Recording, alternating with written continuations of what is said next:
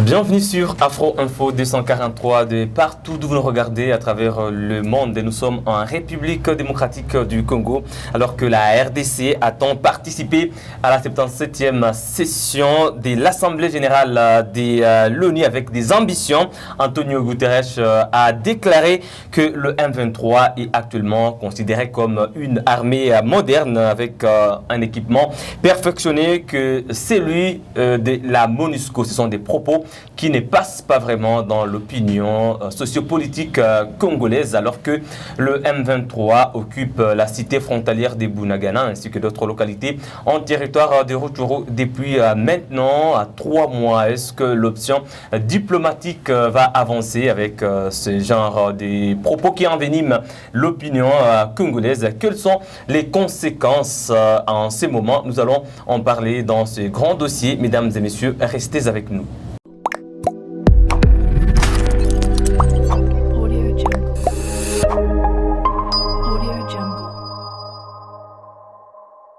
Je reçois Akilimali Saleh, qui est journaliste basé dans l'Est de la République démocratique du Congo, spécialiste des questions de paix et politique dans la région. Bonjour Akilimali, bienvenue. Bonjour Jospin, bonjour à tous les téléspectateurs d'Afro Info 243. Voilà, des propos qu'avait tenu Mathias Gilman, en tout cas qui avait fait beaucoup de réactions, aujourd'hui confirmés par le secrétaire général de l'ONU. Est-ce un aveu d'échec pour la communauté internationale? En fait, ça confirme 3 choses. La première, d'abord, c'est l'hypocrisie des Nations Unies en synthèse et de la communauté internationale en général sur la question de ce qui est vraiment en train de se passer en République démocratique du Congo avec beaucoup d'insécurité.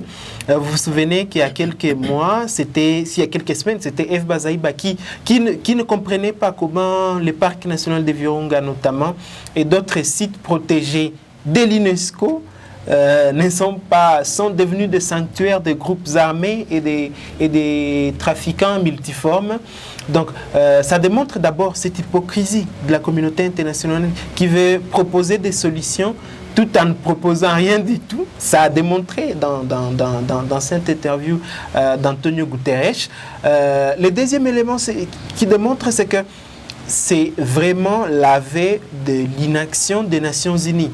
Je me souviens une fois, l'ancien président de la République avait posé une question.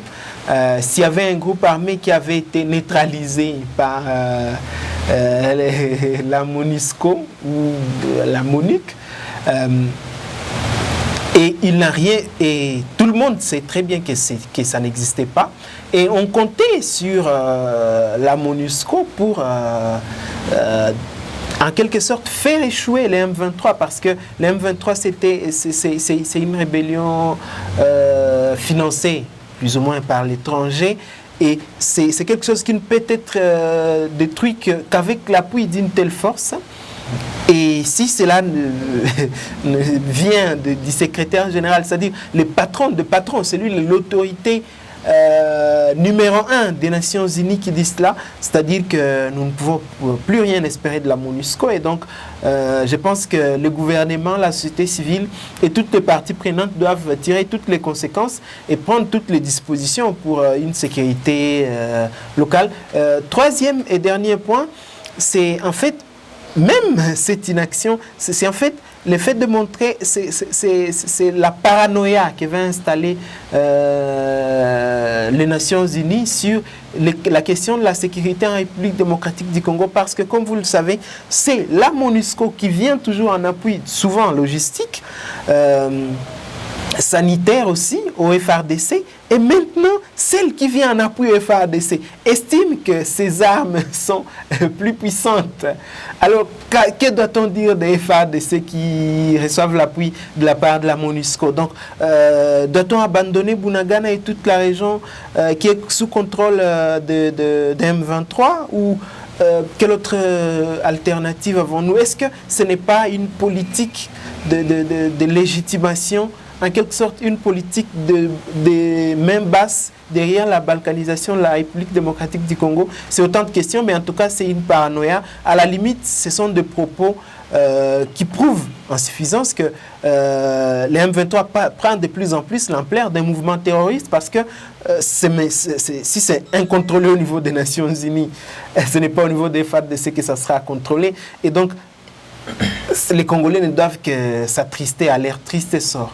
Et voilà. Ça, c'est regrettable. Merci beaucoup, M. Akilimali. Il faut rappeler quand même que la RDC a déjà accusé directement le Rwanda de soutenir le M23.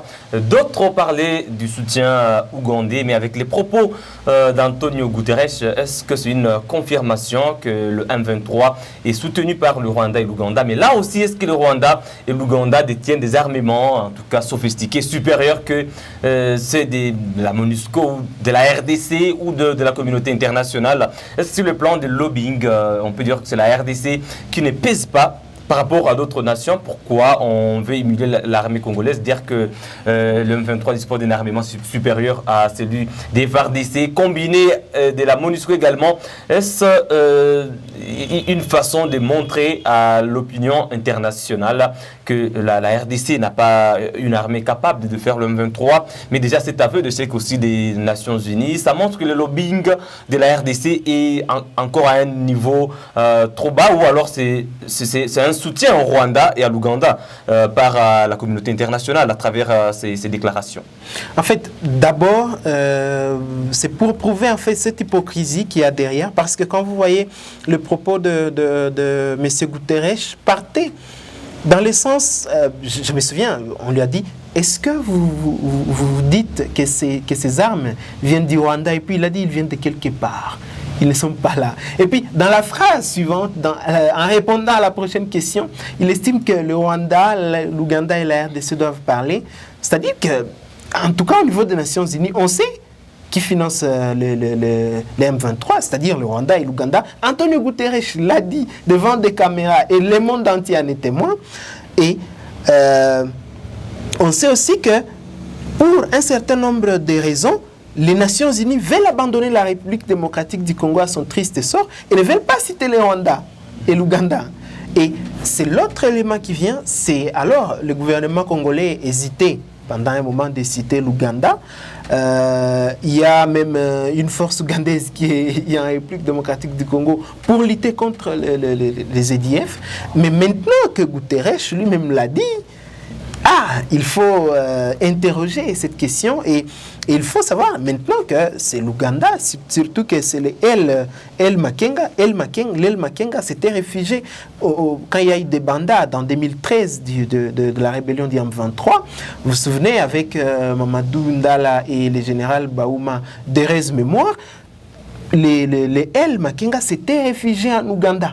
Alors on ne sait pas par quelle magie sont-ils sortis de leur centre de refuge, ou je ne sais pas comment ils peuvent appeler ça, campement ou quelque chose comme ça, vers les territoires de Hutu et une partie du territoire de Nyiragongo qu'ils sont en train de vouloir récupérer. Donc, ça démontre qu'il y a maintenant l'aspect ougandais plutôt qui doit être pris en compte dans cette guerre contre les M23. Et ça démontre aussi que les Congolais et les Congos ne doivent compter que sur eux-mêmes. La communauté internationale, elle est tellement hypocrite, elle est tellement complotiste vis-à-vis de la RDC, au point qu'on ne peut pas compter sur elle pour résoudre quoi que ce soit, en tout cas en ce qui concerne les M23. Voilà, merci beaucoup M. Akilimali Saleh. La RDC, c'est un pays souverain, bien sûr, mais jusque-là, quand on parlait de l'option diplomatique, on voyait la sous-région ou l'EAC, dans les faits, la communauté des États de l'Afrique de l'Est, dont le Rwanda et l'Ouganda font partie, en tout cas. Mais actuellement, le Rwanda était un peu écarté parce que la force régionale qui sera du plan RDC, dans cette force-là, on n'aura pas le contingent rwandais sur le sol congolais, mais l'Ouganda a déjà envoyé son contingent à travers le territoire du Roumo en Ituri et de Beni au Nord Kivu. Mais déjà avec ces propos d'Antonio Guterres, est-ce que, M. Saleh, on peut dire que c'est une façon encore de retarder cette option diplomatique parce que la RDC aura des réserves vis-à-vis de l'Ouganda actuellement, cité implicitement par les Nations Unies comme un autre soutien au M23? En fait, des réserves, mais il faut préciser que c'est des opérations différentes. La force de l'EAC qui viendra bien sûr pour combattre et tout ça. Mais il y a l'opération Shuja qui est menée grâce à la collaboration FRDC-UPDF et qui est en train de combattre les ADF dans les territoires de Beni Dioum, comme vous l'avez dit. Mais en fait, nous sommes dans une situation où le Congo ne doit compter que sur lui-même. Et donc, s'il y a des décisions de la part du gouvernement de Kinshasa, parce que maintenant, avec tout ce qu'il y a comme élément, Kinshasa devrait normalement annuler cette opération-là et devrait dire, bon, on ne va compter que sur nous-mêmes finalement, parce qu'on trouve que le contexte socio-sécuritaire de la sous-région, il y a plusieurs pays qui ont des intérêts au Congo et vous vous souvenez de la dernière opération au Mojawetu qui s'était soldée par le fait que certains militaires rwandais ne sont pas rentrés au Rwanda. Donc ça permet à ce que le gouvernement puisse avoir un point de vue plus ou moins éclairé et prendre de bonnes décisions, parce que dans tous les cas, si le gouvernement dit stop à cette mission n'existera pas. Et c'est surtout sans oublier que depuis la nuit des temps, le Congo n'a jamais compté dans toutes les guerres. Nous sommes maintenant au niveau on peut dire même la quatrième guerre après l'AFDL, les RCD, les CNDP, les M23. C'est au niveau de cette troisième république. C'est au niveau de cette troisième république uniquement. Le Congo a toujours compté sur la SADC, que l'actuel président de la République a décidé de mettre un peu de côté au profit de l'EAC. C'est maintenant le moment de savoir que cette communauté n'est pas en fait une communauté assez clean envers la société congolaise. C'est le fait de dire que l'armée ougandaise qu'il va faire entrer au Congo, c'est une armée qui a fait des atrocités, notamment dans la ville de Kisangani et dans plusieurs régions. Notamment, l'EAC, à travers certains de ces pays, dont le Rwanda et l'Ouganda, ont financé plusieurs rébellions qui ont fait des massacres comme des Kassika, comme des Makobola et tout le reste. Donc, je pense que c'est un bon moment pour le gouvernement congolais de se mettre, de discuter de cela, même en Conseil des ministres, pourquoi pas, et de pouvoir éclairer le point de vue et s'éclairer le point de vue et décider de l'avenir de la nation, surtout en ce qui concerne le M23, parce que le M23 est la plus grande rébellion qui menace la stabilité politique et sécuritaire et surtout qui menace l'unité nationale de la République démocratique du Congo, parce qu'une partie du territoire national est dans les mains d'une rébellion financée par l'étranger. Voilà, merci beaucoup, M. Akilimali. Nous allons aborder le dernier point, c'est l'association ou alors les partenariats entre la RDC et des communautés sous-régionales ou alors la communauté internationale. Est-ce qu'on peut dire aujourd'hui que la RDC choisit mal ses alliés, parce que dans les AC, on a le Rwanda, on a l'Ouganda qui sont aujourd'hui pointés comme en soutien au M23. D'autres pays qui ne se prononcent pas ouvertement sur des soutiens clairs au gouvernement congolais. D'ailleurs, la communauté internationale, en parlant de l'Union européenne et d'autres organisations, ne se sont pas encore prononcées ouvertement en faveur de la République démocratique du Congo, comme la RDC est un pays souverain, et que la MONUSCO a déjà éclairé l'opinion au sujet de l'embargo sur l'achat des armes. La MONUSCO a bien dit que pour protéger son territoire, la RDC a le droit d'acheter les armes, donc il n'existe pas d'embargo. Est-ce qu'il est temps que la RDC se choisisse des vrais alliés, si on est du côté des États-Unis d'Amérique, si on est du côté de la Russie, si on est du côté des communautés sous-régionales? Est-ce qu'il est temps de revoir toutes ces coopérations et de se prendre en charge comme d'autres pays le font? On s'est dit, nous comptons sur notre armée, nous investissons des moyens là-dedans. Le budget, par exemple, 2023, la moitié peut-être, ou même 30%, c'est dans l'armée pour que le pays se prenne en charge, M. Akilimali. En fait, je pense que c'est une très bonne question. Je pense que la République démocratique du Congo exactement doit revoir, mais revoir n'est pas prendre des camps. Parce qu'il y a des pays comme la Tanzanie, l'Afrique du Sud, on peut citer peut-être le Sénégal, qui se sont ligués pour leur propre cause. Et maintenant, surtout, quand on parle de la guerre de l'Ukraine, qui se sont montrés comme étant des pays neutres, des pays non alignés, si on doit prêter ces termes à la guerre froide. Donc, la République démocratique du Congo doit revoir sa carte, revoir ses alliés et compter plus exactement sur la communauté sous-régionale, parce que la communauté sous-régionale, elle est quand même forte. Nous avons la SADC qui compte des pays qui sont plus ou moins puissants militairement, dont la Tanzanie. La Tanzanie fait partie de ces pays-là. Nous avons les Malawi, nous avons l'Afrique du Sud, l'Angola, les Zimbabwe, et qui peuvent facilement aider. Nous avons la communauté, la CAC, la communauté économique des États de l'Afrique centrale, qui a aussi un grand pays, en fait, militaire, comme les Cameroun, comme les Tchad, des pays qui n'ont pas d'intérêt direct dans les conflits et qui, eux, n'ont pas financé de rébellion dans la région et qui n'ont pas, en quelque sorte, aliéné. Et puis, au niveau régional, il y a l'Union africaine avec des pays comme le Sénégal, des pays comme le Maroc. C'est possible, en fait, de tisser plutôt des relations bilatérales en se basant sur les contextes régionaux et sous-régionaux pour redéfinir les alliances. Et surtout, la République démocratique du Congo doit maintenant savoir que maintenant que les États-Unis et la France, notamment, ont voté contre la levée de l'embargo, même si on dit que c'est levé qu'il faut notifier au niveau des Nations Unies, qu'entre nous soit dit quel pays doit... Est-ce que le Congo appartient aux Nations Unies pour que chaque fois que la République a besoin d'acheter des armes, puisse écrire aux Nations Unies, voilà, nous voulons acheter combien d'AK-47, combien de PKM, combien d'armes lourdes, combien de chars de combat, d'hélicoptères ou d'autres artilleries. C'est quelque chose d'anormal que l'on puisse dire que la République démocratique du Congo nous ne sommes pas un pays sous tutelle des Nations Unies et ce n'est pas un pays sous tutelle de la communauté internationale.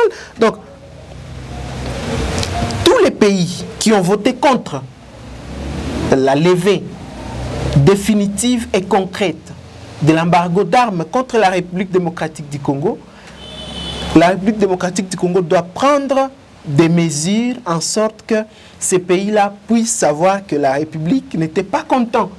Le peuple congolais et tout son gouvernement n'est pas content de ce qu'ils ont fait, et ajouter à cela tout ce qu'il y a comme hypocrisie autour des Nations Unies avec la guerre d'IM-23.